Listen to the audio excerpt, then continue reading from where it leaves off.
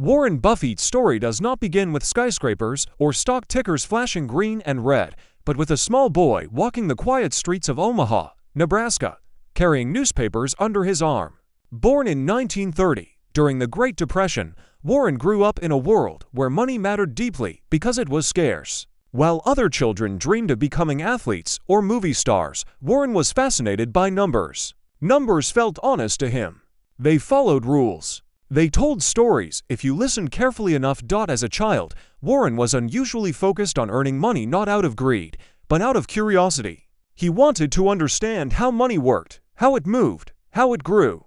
At 6 years old, he bought 6-packs of Coca-Cola and sold the bottles individually for a profit. At 11, he made his first stock purchase. The investment did not immediately succeed, and young Warren learned an early lesson: patience matters. He felt the emotional weight of watching prices move, of fearing loss, of selling too early. That feeling never left him, but instead of avoiding it, he studied it. His father, Howard Buffett, was a stockbroker and later a congressman.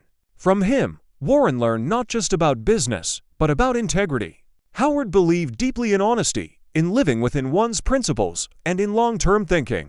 These ideas would quietly shape Warren's philosophy for the rest of his life. Money, Warren would later say, reveals character more than it creates it. By the time Warren was a teenager, he was running multiple small businesses, delivering newspapers, selling golf balls, pinball machines, and stamps. He tracked every dollar meticulously. While other kids spent their earnings, Warren reinvested. He understood, intuitively, the power of compounding long before most adults ever encounter the concept. To him, money was not something to consume, it was something to grow. Despite his talents, Warren was shy and uncomfortable speaking in public. This fear followed him into adulthood and nearly limited his career. He realized that no matter how brilliant his ideas were, they would be useless if he could not communicate them. So, with characteristic discipline, he enrolled in a public speaking course. The fear did not vanish overnight, but Warren learned to face discomfort directly, a habit that would define his decision-making as an investor. Warren attended Columbia Business School, where he studied under Benjamin Graham, the father of value investing. Graham taught that stocks were not pieces of paper to be traded emotionally, but ownership stakes in real businesses. The market, Graham said, was like a manic partner, sometimes euphoric, sometimes depressed, and the investor's job was not to follow its moods, but to take advantage of them. This idea resonated deeply with Warren. It gave structure to his instincts and discipline to his curiosity. After working briefly for Graham, Warren returned to Omaha and began managing small investment partnerships. His results were extraordinary, but his approach was quiet and methodical. He avoided hype. He ignored trends. He read endlessly financial statements, annual reports, anything that revealed how a business truly functioned. While others searched for quick wins, Warren searched for understanding.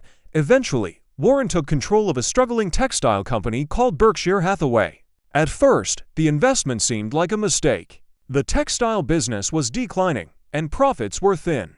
But instead of abandoning it, Warren transformed Berkshire into a holding company, using its capital to buy strong, well-managed businesses with durable advantages. Insurance companies, consumer brands, utilities businesses that were boring to most investors, but reliable in their ability to generate cash. What made Warren Buffett different was not just his intelligence, but his temperament. He understood that success in investing was less about IQ and more about emotional control. He did not panic during market crashes. He did not chase excitement during booms. When others were fearful, he looked for opportunity. When others were greedy, he became cautious. This discipline allowed him to act rationally in moments when most people could not. As his wealth grew, Warren's lifestyle remained surprisingly simple. He lived in the same house he bought decades earlier. He drove modest cars. He preferred fast food to fine dining and spent most of his days reading and thinking.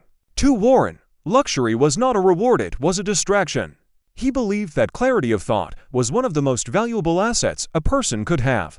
Warren's partnership with Charlie Munger became one of the most important relationships in his life. Charlie challenged Warren's thinking, pushing him to focus not just on cheap companies, but on great businesses at fair prices. Their conversations were honest, often blunt, and deeply intellectual. Together, they built a culture at Berkshire Hathaway rooted in trust, decentralization, and long-term thinking.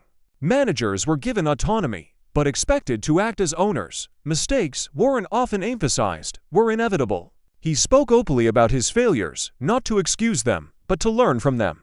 He warned against complexity, excessive debt, and the temptation to appear clever. "You don't have to swing at every pitch," he famously said. Waiting for the right opportunity was not laziness, it was discipline. As decades passed, Warren Buffett became not just a billionaire, but a symbol. People listened when he spoke, not because he promised quick riches, but because he spoke plainly, honestly, and with wisdom earned through experience. His annual letters to shareholders became required reading, blending financial insight with life lessons. He reminded readers that reputation takes a lifetime to build and only moments to destroy. Later in life, Warren made a decision that surprised many. He pledged to give away the vast majority of his wealth. He believed that extreme wealth carried responsibility. Money, in his view, was a tool, not a scorecard. He had already won the game. The rest, he believed, should serve others. In the end, Warren Buffett's story is not just about money. It is about patience in a world addicted to speed. It is about thinking independently in a culture that rewards conformity. It is about humility, curiosity, and the quiet power of consistency. He showed that success does not require brilliance in every moment, but wisdom over time. A boy who once counted pennies in Omaha became one of the most influential investors in history, not by chasing greatness, but by understanding value, trusting reason, and letting time do the heavy lifting. And perhaps that is the greatest lesson Warren Buffett leaves behind, that extraordinary outcomes often come from ordinary habits, practiced with extraordinary discipline.